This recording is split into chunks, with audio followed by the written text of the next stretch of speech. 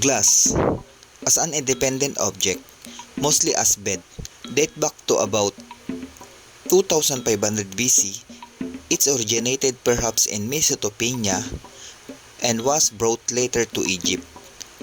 Vessels of glass appeared about 1450 BC during the reign of Thomsu III, a pharaoh of the 18th dynasty of Egypt.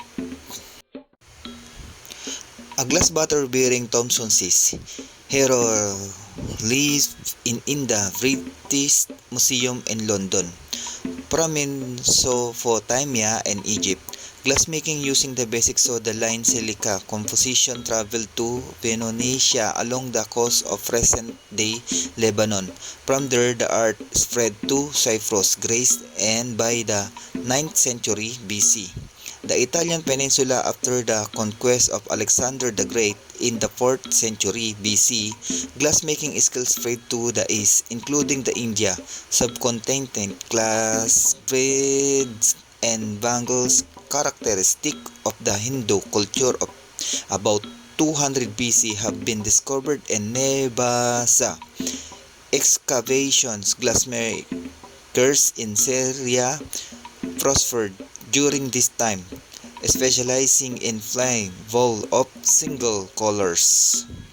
In Alexandria about 100 BC, the Mellifluaria thousand flowers process for making open bakers and shallow dishes was developed.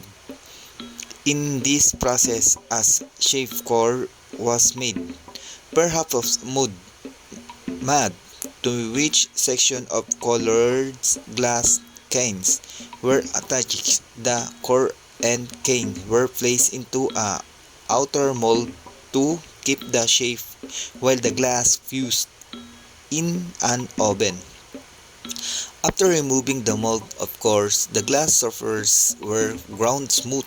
Cross-section of the colored root showed and striking mosaic effect. Beginning of the Christian era, the Phoenicians learned how to boil glass with a bowl iron. The blowing iron was an iron tube about 1.5 meters, 5 feet long with an mount face at one end and knob for holding soft glass at the other end. A bulb of molten glass was collected on the knob and rolled into a twistable shape on a flat surface of iron or stone called the marble. The shape could then be blown inside and molded or furtherly in air with occasional reheating.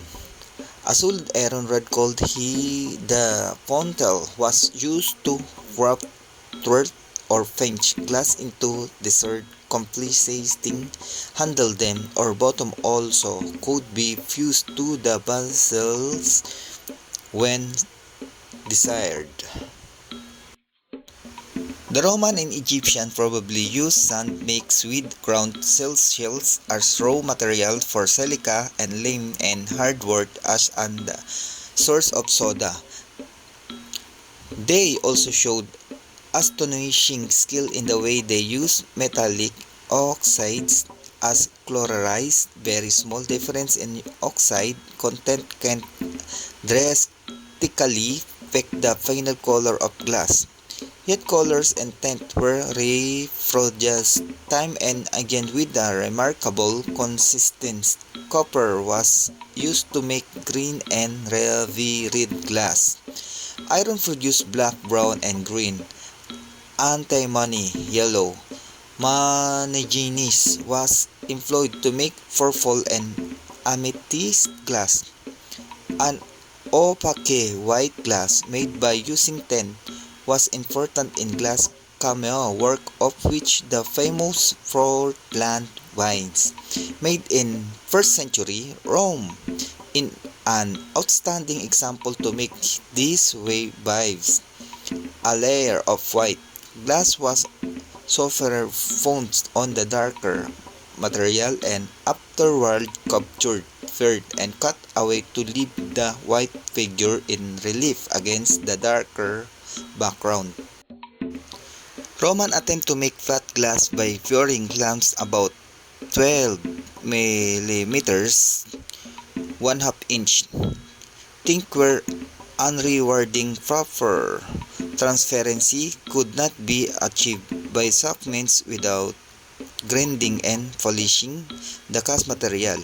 The lack of transparency and the difficulty encountered in making any but small finish by this method led to the introduction of stained glass window, first used in the Eastern Roman Empire in the early 12th century.